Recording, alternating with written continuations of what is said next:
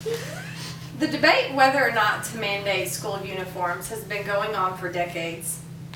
Rutherford County is one of the many counties that has yet to conform to a uniform policy, while many of the surrounding counties have already done so. I believe that there would be changes such as a reduction in violence, a better performance in academics, and less time that administrators would have to spend on enforcing dress code violations in the mornings when students arise. I also think that government could help with such thing as a voucher or a stipend for lower income families who might be worried about the startup costs of purchasing uniforms. I believe there would be a decrease in rude behavior and fighting.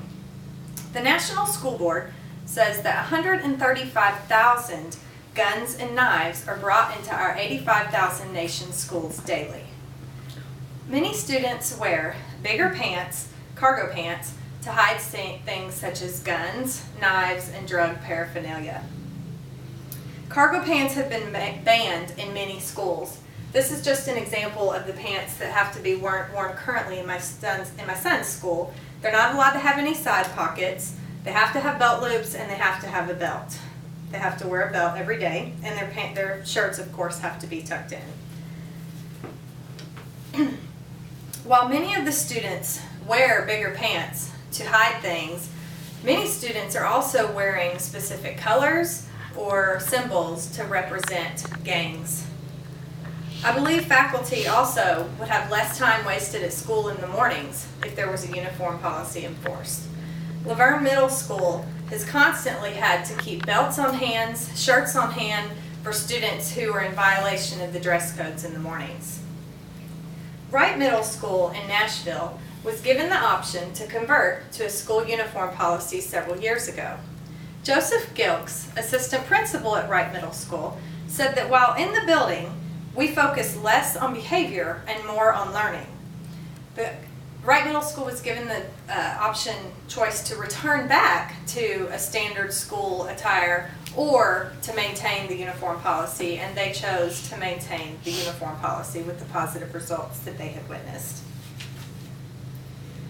Many students would oppose a uniform policy, arguing that they cannot express themselves if they're told what to wear every day. Contrary to my beliefs, what our school system should be for, today our schools are for test taking and learning. And I think there are many other avenues at school which can be used for expression, such as the arts, there's choir, there are sports, and there are also other electives and clubs that students can choose to participate in. Expression should not be limited to clothing. Kathleen Modenbach is a teacher who says, "We understand as teachers that with all the many benefits of school uniforms, there is a drawback of suppression of individuality. Expression for students is a concern for teachers. They do understand that. However, we believe that uniforms put all kids on the same level playing field. Academics could improve with less distractions." Jason Cole, a former teacher, often had to scold and tell his students to pull up their pants, especially for girls whose underwear would show. There would be a distraction of teasing. There would not be as much teasing at school among other kids. Cheryl Larkin is a mother who remembers being opposed of uniforms until her daughter entered a school system that had a uniform policy. Cheryl remembers as a small child students being teased in school because of what they were wearing, and a specific child was being teased because of what she was wearing, and Cheryl later found out that the father had run off and left a mother to provide for 4 young children all alone.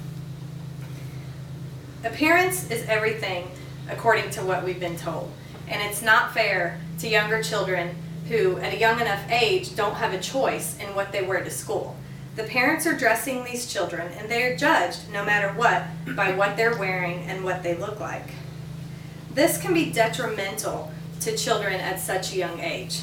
And unfortunately, children can be cruel to those that they perceive as different from themselves. Because parents dress them, they have no choice, and they shouldn't be judged by what they wear. Studies show that 85% of high schoolers believe that bullying occurs when students wear clothes that are non-stylish. There would be less judging in schools if there was a uniform policy, and kids could not dress as eccentric to get attention either. I believe that a school uniform policy could help alleviate the social class barriers that are built on clothing. Parents who oppose the school uniform policy might like the fact that their normal clothes would last longer. Students would wear the uniforms every day, Monday through Friday, therefore their normal clothes would not be worn as much. Kelly Stewart is a mother who misses the uniform policy in the school system where her children used to attend. She said that it made her mornings go smoother. There was never much argument about what her daughters were wearing to school, and that it also puts kids on the same footing. I believe that the government could help with a stipend or a voucher for students at school and for also families who are lower income.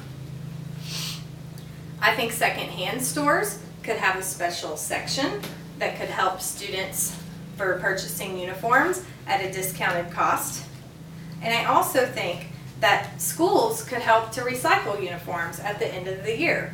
Many students would be able to wear their uniforms throughout the whole year with the occasional, not taking into consideration the occasional growth spurt or the younger children who play on the playground more. There would probably be more replacing of pants at that level. These are just some examples of the school uniforms. This is what has to be worn at the school where my son attends now. They are only given an option of 4 colors, and they have to wear solid color polo shirts.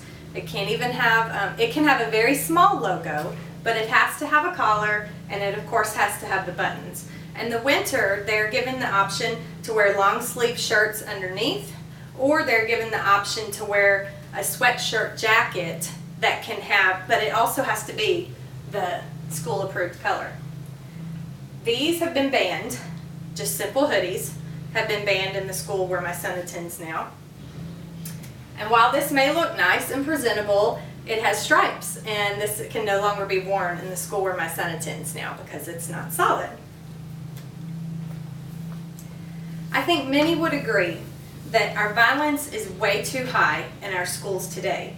Our students struggle enough as it is with the pressures of growing up, and I think that Rutherford County would see all kinds of positive changes if it converted to a school uniform policy.